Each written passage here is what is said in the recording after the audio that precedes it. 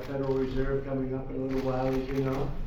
We just had a big meeting on DACA with some of the senators, and we have great things to say about that. You'll be hearing about that very soon. And the big thing, of course, is tax cuts and jobs, and that's happening very rapidly, and it's been met with really a great response. But I want to thank everybody for this great day, and it's a great day for the American worker in particular. Over the past 10 months, we've witnessed something remarkable happening to our country. Have you all noticed? A lot of change, a lot of difference, right, Kevin? Would you say? Thank you. We're just hitting another record right now in the stock market. We've hit, I guess, close to 60 records on the stock market since November the 8th, that very big day. The stock market is at an all-time high. Unemployment is at its lowest level in almost 17 years. We now have had 2 straight quarters of 3% or more economic growth. For those of you that don't understand that, this is a tremendous increase over where it was, and we're going higher. Jobs have been offshored to so many countries that we're now coming back, and now those jobs and those companies are coming back to our great American home. I want to thank the Majority Leader, Kevin McCarthy, for joining us this afternoon. He has been so terrific in so many ways, and I will tell you, he's working very hard on tax cuts. In fact, so hard that I'm surprised to see you here. This must be truly a great company, which it is. You'll be hearing in 2 seconds for you to be here, because you've been pretty busy today. I just left the press conference. You did, and that was a good press conference, too. We're thrilled to welcome Broadcom Limited and its CEO, Hock Tan, to the White House to announce that Broadcom Limited is moving its headquarters from Singapore back to the United States. So I want to thank you very much. Thank you, Mr. President. It's really something great. I appreciate it. Broadcom Limited is a Fortune 100 company, one of the really great companies. They manufacture technology and parts. They employ over 7,500 American workers in many states across our country. We're looking forward to seeing that number grow very substantially, which it's now anticipated to do. Their move back to the United States and to the United States is something very, very special and very important. And you've been seeing this happen with numerous companies and, at a minimum, expansions and sometimes plants. With this commitment, more than $20 billion in annual revenue will come back to our cities, towns, and the American workers. Today, we're joined by some of the incredible men and women from their manufacturing plant in the great state of Pennsylvania. That's a state I like very much, you know, right? I love Pennsylvania. I went to school in Pennsylvania. You're skilled at your craft. You take pride in your job. And because of you, our nation's trademark, Made in the USA, is respected all over the world once again. And we're telling people, Made in the USA is a big deal now. We're bringing it back. When I was growing up, when I was a young boy, you'd say, Made in the USA, that meant something. Well, it means something again. My administration is working every day to make the United States the most attractive place in the world to do business, so that more and more companies like Broadcom come back to our shores, grow their businesses, and create more and more American jobs, and you see it happening on a daily basis. That's why I've already slashed more unnecessary job-killing regulations than any president in history. That includes their entire term, and I've only been here for about 10 months, and we're not finished yet. Believe me, we're not even close. And that's why we're working to give the American people a giant tax cut for Christmas. We are giving them a big, beautiful Christmas present in the form of a tremendous tax cut. It will be the biggest cut in the history of our country. It'll also be tax reform, and it'll create jobs. Today, the House Ways and Means Committee unveiled a historic tax reform bill that will create tremendous prosperity for our nation. We will provide a massive tax cut for American families. We will make the tax code simpler and fair.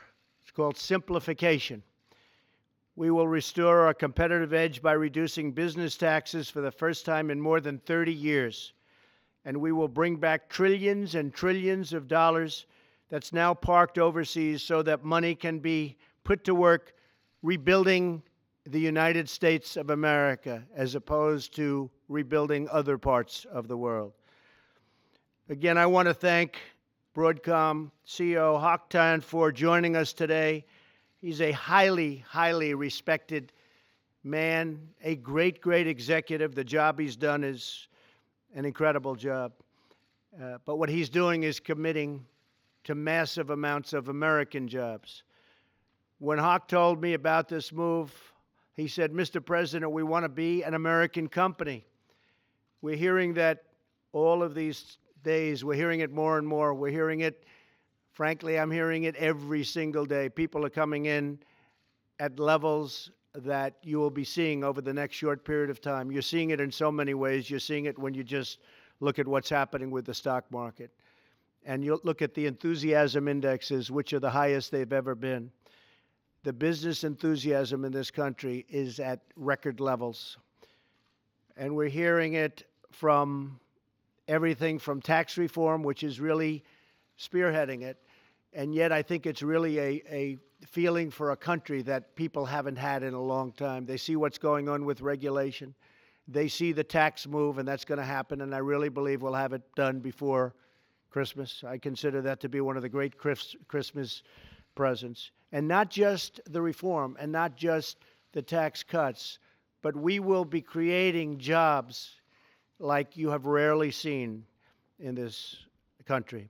So we never get tired of that pledge because we never tire of returning wealth to our country, jobs to our citizens, and honor to our great American workers. I honor our workers. These are incredible people. They've worked hard. You go back 20 years and essentially they haven't had that salary increase that they should have had. But now you see it, wages are starting to rise. So we're very proud of our country. And Hock, I'd like to have you say a few words. And again, on behalf of not only the folks from Pennsylvania behind me, but all of the United States, I want to thank you very much for choosing us. Appreciate it. Thank you. Thank you, Hock. Thank you, Mr. President.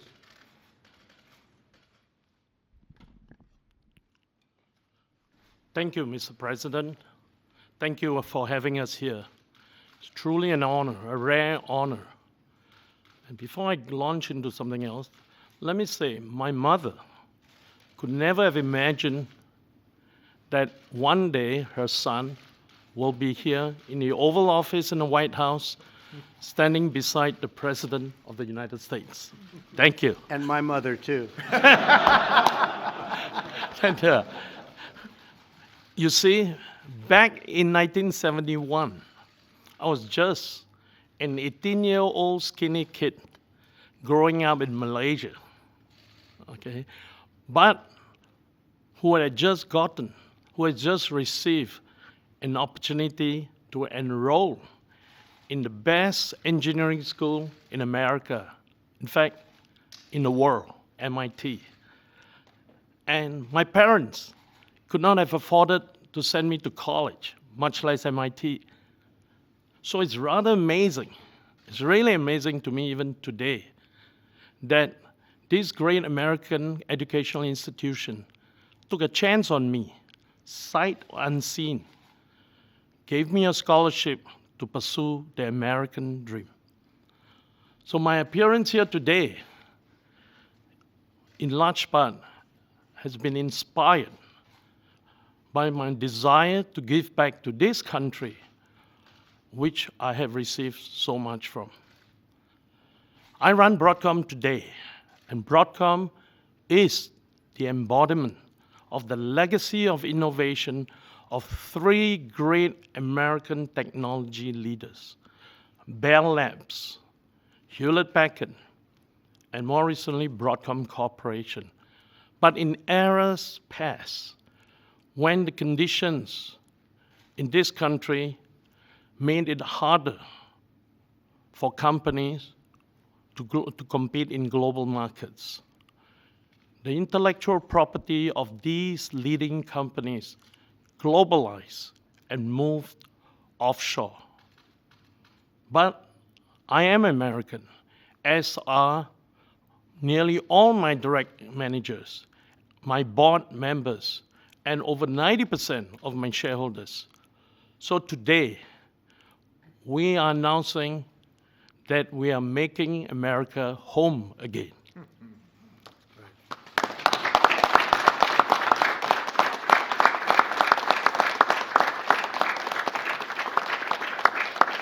Thank you. Thank you.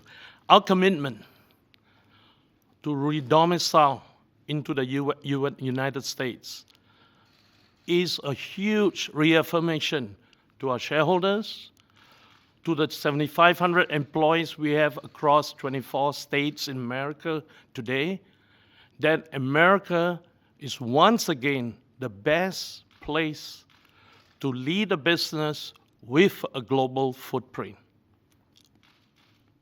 Okay.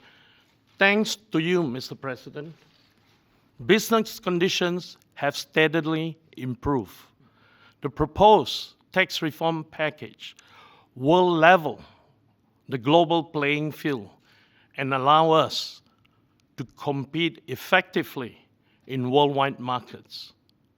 Our move to domicile into the US will bring in $20 billion of annual revenues into this country. Okay? From this base here in the United States, each year we will invest over $3 billion a year in research and engineering, and another $6 billion a year in manufacturing, creating high-paying tech jobs, similar to the ones held today by my co-workers behind me, who have made the trip down from Pennsylvania to be with us here today. So again, thank you, Mr. President. I look forward to working to achieve the American dream for everyone. Thank you. Thank you.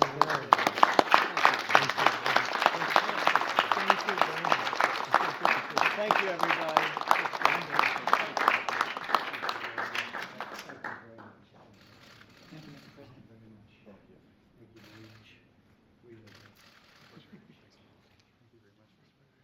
Thank you, everybody, very much.